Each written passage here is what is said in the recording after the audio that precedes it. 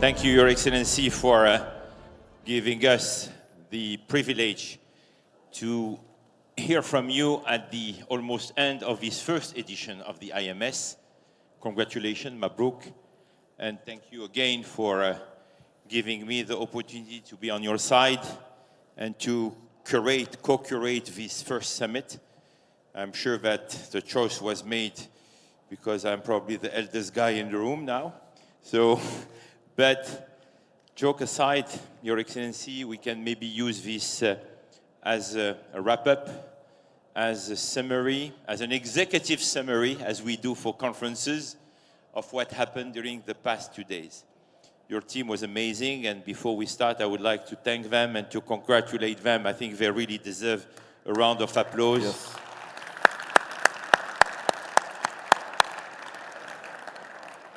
The authority is becoming the driving force of the industry, and I think they can be very proud of what they are achieving. So thank you again, and congratulations. Can I interrupt you by saying thank you and your team as well for putting this together? It's been an incredible partnership, and I've seen your team.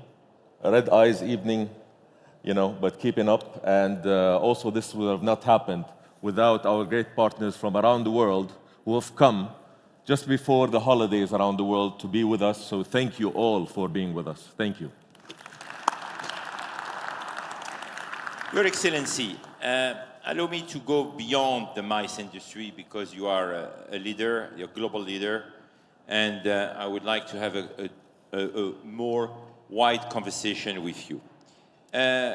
First of all, Your Excellency, you have been really instrumental, not to flatter you, under the leadership of His Majesty and the Crown Prince, a key player of shaping this transformation happening in Saudi Arabia in terms of unique, I would say, transformation in urban economic landscape. So as we look at the future horizon of the next 10 years, what is your vision for how Saudi cities, because you are really a man behind cities transformation, will redefine, I would say, global benchmarks in sustainability, innovation, and quality of life, and by definition will become the best place for hosting MICE and bigger events? I've been in the city space for now 2 decades, having worked on building a new city on the west coast of Saudi Arabia, King Abdullah Economic City, and the privilege and honor of running the city of Riyadh through the Royal Commission of Riyadh City for 4 years. And I can tell you this, the #1 place in the world for urban transformation today is Saudi Arabia, and I would say this being very honest about what is happening in the country. And the reason for this is, I believe, leadership. The Crown Prince today, Prince Mohammed bin Salman, is probably the ultimate urbanist in the world. And the reason for this is, I think he sees the Vision 2030's manifestation in cities. So cities are the actual places where these visions and these 1,000 initiatives I mentioned in my opening speech being implemented on the ground. So if you look at what MICE is going to be, there's a place for meetings in every city and every giga project. If you look at healthcare, it's being implemented across the board. So when you look at the urban space, what's happening today, which doesn't happen often, and we take our cities for granted, is strategic transformation, an urban strategic framework for every city. What is the city going to be about? What are the competitive advantages and challenges? And then a full framework led by economic transformation, economic development, what is the target? And then every element of a city, mobility, sustainability, infrastructure in terms of utilities, etc., all the way to governance and financing, and ultimately what citizens feel about that city.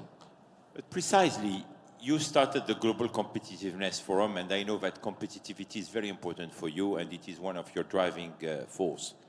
What are, in your opinion, the key enablers, I would say, driving this competitiveness in the Kingdom of Saudi Arabia? I think the competitiveness of Saudi Arabia is driven by realism. Realism? Yes. So Vision 2030, if you look at what Vision 2030 is, I said it's a comprehensive framework for the country's development, but it starts with what are the competitiveness of Saudi Arabia? Well, we have ability to invest. We have the ability strategically to be in the middle of 3 continents, because that's where we're placed. And also we have a lot of influence around the world. How do you take these strengths and realize that the opportunities are there? And then being able to have the bold vision, and more importantly, the leadership and the consistency of applying that vision across the board and getting so many people to actually partner with you. Because that's ultimately what happens, right? When you want execution, it's great to have vision, but vision without execution is hallucination, right? So the ability to apply this execution mindset to everything that we do is actually what I think today the government of Saudi Arabia is great at. Everybody is just working in the same direction, and almost you can see almost every citizen inspired and energized by the same vision. You are also a great advocate for years about public-private partnerships. And we spoke with Prime Minister Renzi about how Italy was also dealing with more and more inclusion. What are your very pragmatic, I would say, policies, actions to engage more and to facilitate the growth, the emergence of the private sector in the mice industry? So right now I'll put on the hat or Please. the shmagh of this entity who's organizing this event with our partners, right? This event is not about us. This is about the global industry. This is about all of you being here in the same room, whether in government. So we brought cities here. We got giga projects here. We got the promoters of the sector. We got the global leaders in the sector. And we got all of the people who are behind the scene. The production people, the marketing people, the communication people, all of the people who should be in this room are in this room. Are we going to do the events? No. And thank you for all of those global companies who've committed. 3 of them yesterday committed to being here. We have now a total of 8 out of 20 of the global PCOs, PEOs committed to Saudi Arabia. We have some of the best exhibition facilities, and if we build them, we don't want to run them. We want you to run them. Today we have an executive meeting with the help of UFI and all of these global leaders to talk about what infrastructure we're bringing on board, what regulations are we bringing on board, what standards are we bringing on board, and to challenge us. And tomorrow is a spotlight on Saudi Arabia, where we don't want to speak. We want to hear. We want you to tell us how we can do this better. And then ultimately, human capital. This is an industry that's been incepted just 7 years ago. 7 years ago, it was all local. Now we're moving to a global stage, which means something very simple. We don't have the human capital capacity yet to do this where you need it to be and where we need it to be. And that means we have to partner with you to train our people so we can deliver it with you. We have to attract human capital from around the world to do this with you. This is the ultimate partnership, and that's why we talk about partnership, but we actually implement it through partnership between the government and the private sector. Let's talk about leadership after partnership.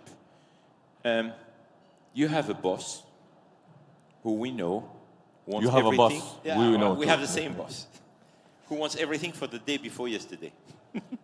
How do you balance this level of emergency to deliver with long-term sustainability and inclusivity objectives and goals? How do you balance both? We are reminded that there is no economic development without sustainability in Saudi Arabia every day by the Crown Prince. If you come to sustainability in the aftermath of building something, it's already too late, too expensive, because you have to refit. The truth is, we start at the beginning. And a lot of the city of Riyadh, by the way, 1/3 of it has been locked out of development because we want to preserve it as nature. The rest, the Saudi government has actually launched the Saudi the Green Initiative to make sure that the whole country becomes green, and we're committed to actually having 1 billion trees. And we want this for the region, so we launched the Middle East Green Initiative. So you're talking about sustainability coming from a country that's supposed to be the biggest exporter of oil, right, to the world.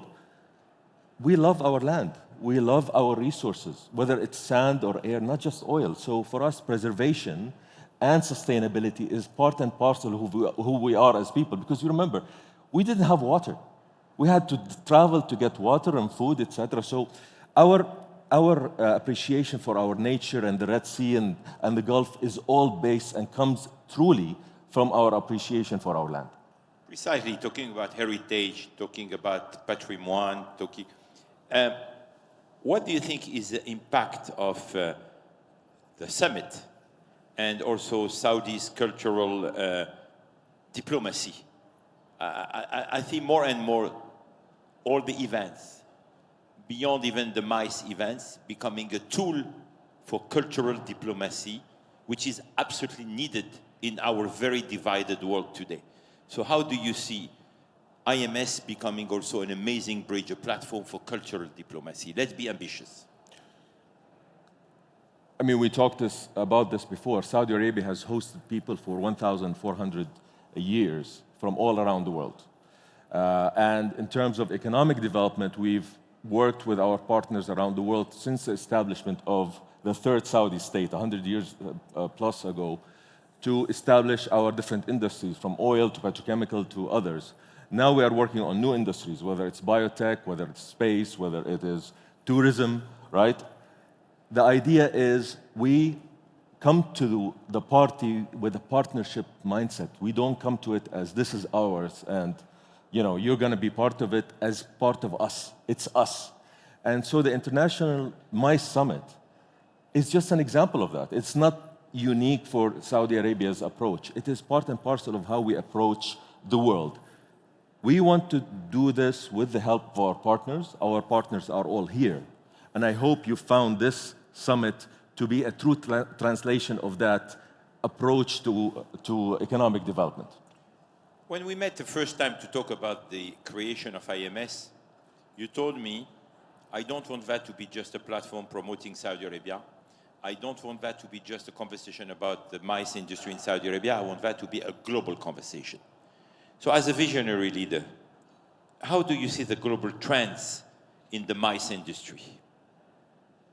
Can I be honest? Please. What I've learned from you now is I think we don't appreciate it ourselves. We are always behind the scenes, as you said, and you said it several times. We keep our ego outside of the room. We come into this room, and we focus on the audience and the people who are speaking, etc. I have a different appreciation, even myself, for what this industry does. I think this industry is full of heroes that actually come to this industry with a mindset of we're going to give our all. I love this word, heroes. Yes. This is what I was keeping saying to my staff for 30 years. And actually, and I thought about this word MICE, I thought that we were calling it MICE because you loved it. And now, apparently, you don't like to be MICE. You are heroes, so we're calling it the International Hero Summit, IHS, I'm kidding, International Meeting Summit. No, we will be sued by CNN who have these heroes, but I love it. We need to explore, we need to ask our branding experts to find maybe a new definition. But let's project ourselves in the next 5 years. A lot of people are looking at the horizon 2030. Personally, what do you think will be the main trends? Not only in the kingdom. Around the world. Thinking about technology, thinking about the revolution of the hospitality industry, thinking about the way young people will be. After I will share with you, because you didn't have time to read it, I just got it 5 minutes ago, it's still a warm document, the outcome of the main innovation clusters, which was an amazing experience. But personally, what do you think, as a visionary leader, will be these main trends? Number one, it's going to be incredible growth. So if business leisure is going to grow at the rates the studies are showing, 500% over the next 10 years, we as an industry need to take a big piece of it. To do that, we need to partner with the cities and destinations. And that's the area where I think we should focus as an industry. How do we work with city leaders and giga projects and mega projects around the world to take a bigger share of that business leisure, the B-leisure industry? That's number one.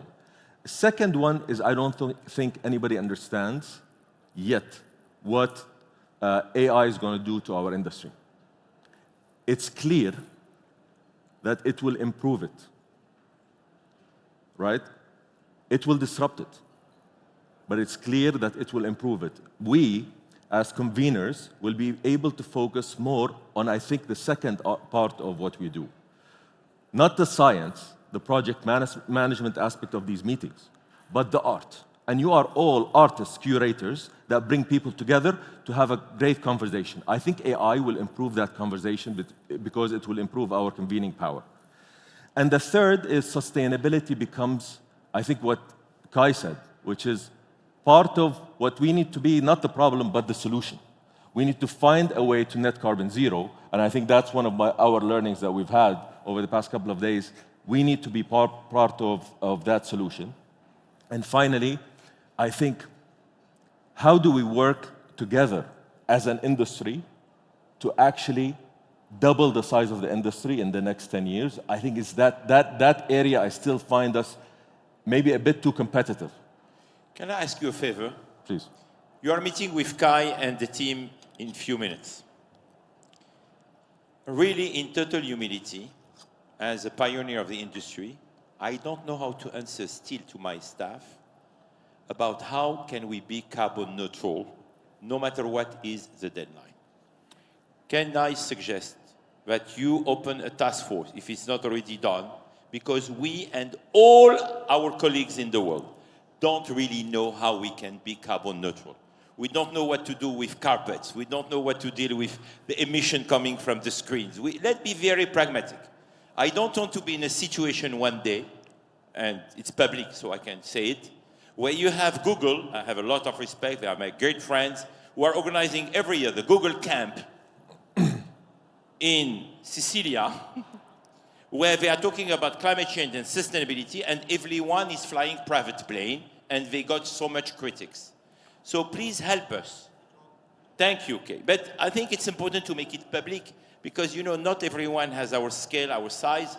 Young entrepreneurs want to start in this industry, and they want to start being good from the very beginning. And we need to be extremely pragmatic about how we will recycle, how we will manage waste management, food, etc. I think this will be an amazing charter, and it will be a great evolution. But let's bring out the point of tension. I'm a consumer in this industry as much as a regulator and part of it, right? The point of tension is the following. We talk about sustainability, but we still meet. We have to talk about that point of tension. Why is it? In a normal day, let's say take a week, right?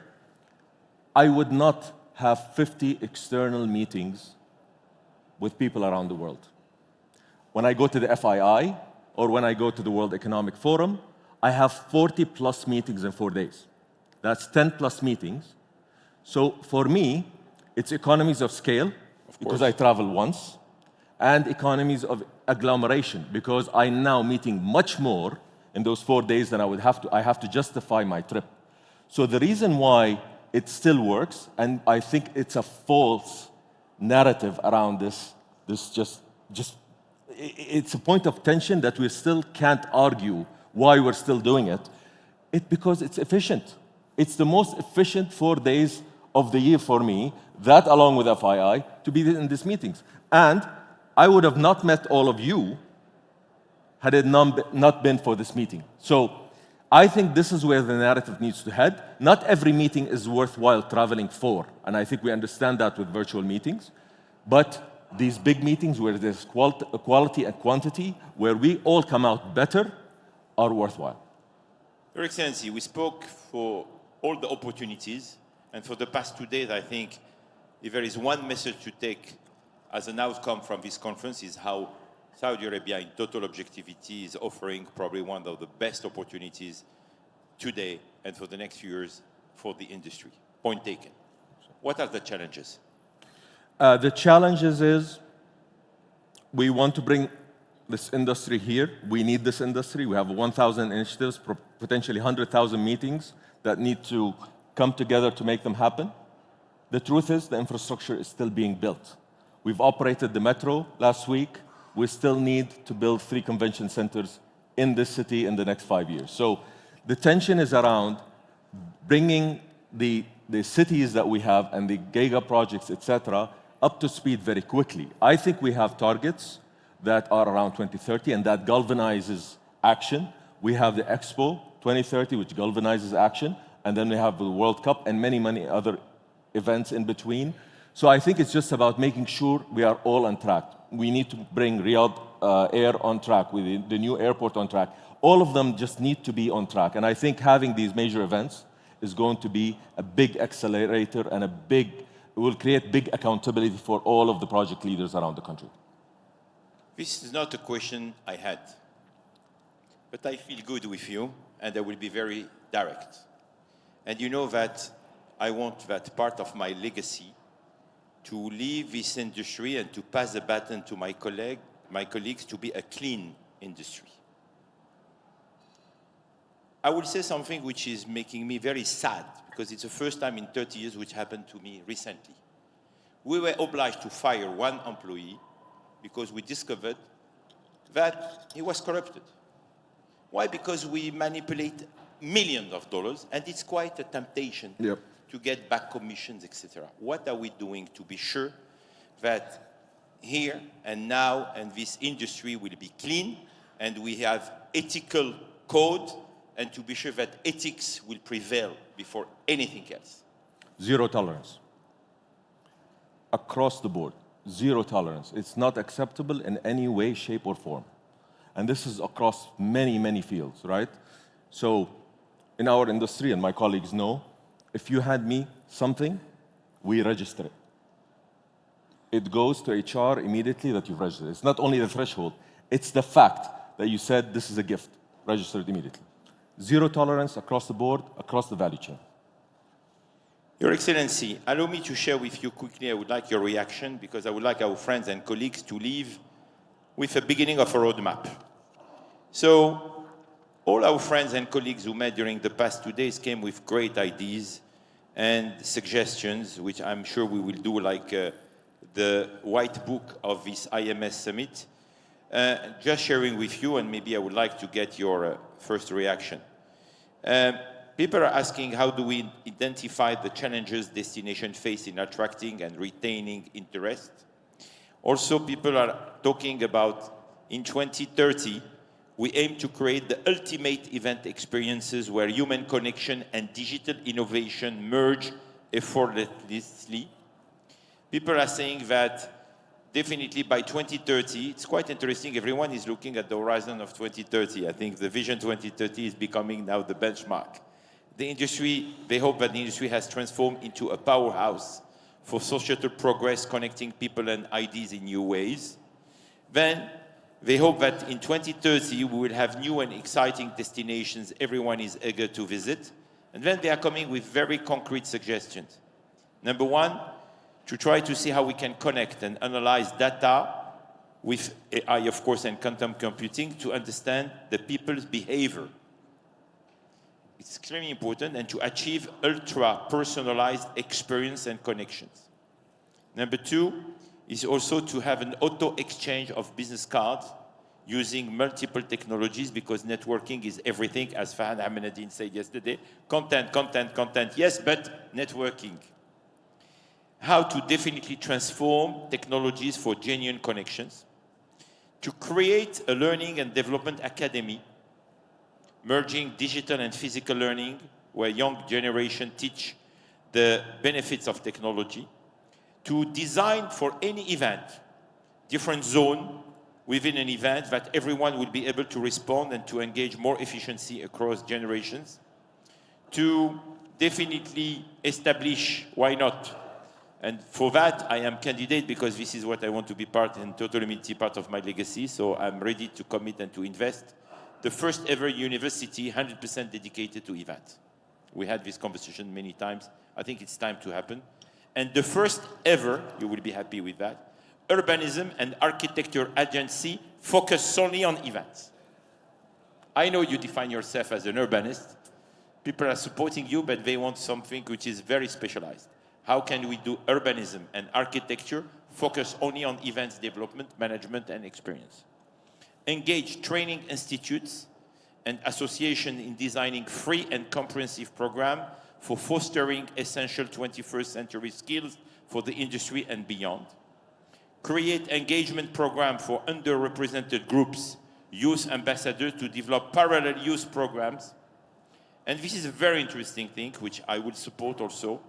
which is to oblige almost vendors to involve local communities, underdeveloped communities, on what they do, for at least being sure that local communities are part of the solution, which is they even go further. They say require that 20% of all event suppliers providing essential goods and services to come from local underrepresented communities. I can continue, but I would just pick two more, and to get your reaction as a wrap-up of our conversation and of the summit. Very interesting. Invite attendees of events to co-design the event program. Not from the top to down, but let's have also bottom down from top. To support startups program, to support startups and investors in the industry.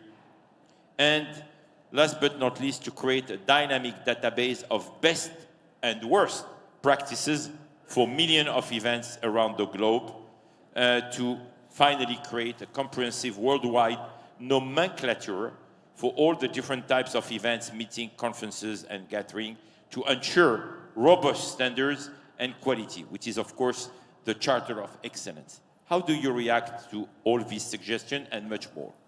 As if this industry is not busy enough, has enough problems. But I guess we've asked the questions and you've answered them. Let's start with destinations. I think if a destination stays year on year without anything fresh and added, it becomes stale. So every year a city or a project needs to add new things, right? So a new event, new retail, a new hotel, keep it exciting. That's just general from my belief in destinations. But secondly, with regards to the industry, and I come at it having heard what you've all said, I think the industry is quite difficult. You have to invest yourselves every day and coming into it. I would love to hear what you are hearing right now, right? And get your feedback instantaneously. I think that's one thing that we should be able to do better. So we do a lot more voting. We do a lot more opinions, like people reacting on the spot. I think what we've done in the Innovation Hub is quite interesting. I walked into some of them yesterday and I've learned a lot, but they're much smaller. So everybody's speaker, rather than there's an audience and there's somebody spotlighted on here, so a lot more of that. And then finally, community. So how do we take this event from here and not just wait for next year's, but we actually build a community around what we're doing? So all of these things about engagement, some of it is instantaneous and some of it long-term. So how do we create next year's event with you in mind having co-created it? So this co-creation and curation aspect is very interesting. And finally, I think there is tension. There is tension around, we're still doing the same things that we were doing ever since meetings were created, right? We're meeting. How will technology impact us? How will artificial intelligence change it? The metaverse, virtual reality? I think what we're telling each other is ultimately we just need to meet, right? That's what ultimately the industry is saying. Yes, we want to incorporate technology, but maybe it's more around creating this community, not necessarily in the way we meet, because we have to meet ultimately in person. I wish you, Your Excellency, that this summit that you started become, again, total modesty, as we were able to achieve with FI under the leadership of His Royal Highness, a movement. I think you are at the beginning of a movement. I can feel it. But I have a more personal question to conclude and a request. I know you for almost now a quarter of a century. You were a young teenager. I rarely saw you so passionate. Why are you so passionate about this industry? And then to conclude, please, what is the advice that you will give to the young Saudis who are watching us, who would like to embrace this industry? I'm passionate because I do believe in the power of people and the power of partnership when we meet and collaborate. The reason why I love cities is that they bring us together, and as a result, they produce economic and socio-economic benefit to all of us. That's why we have cities, right?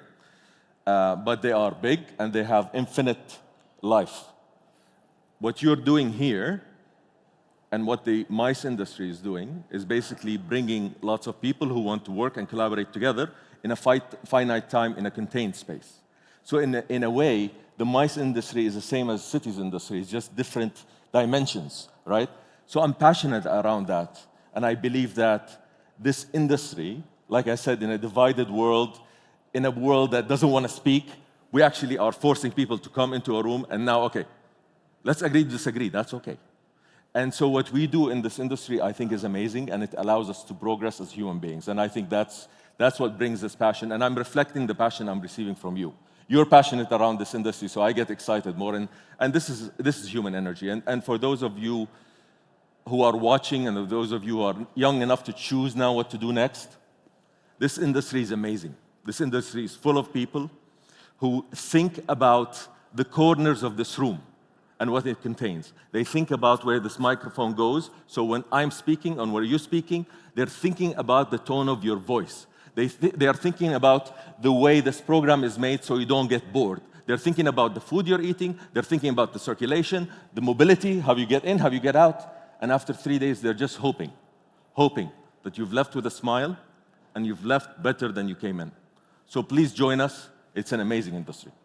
Your Excellency, thank you for your time. Ladies and gentlemen, please, a round of applause for our host. Thank you all. His Excellency Fahd Abdulmohsen. Thank you so much. Thank you.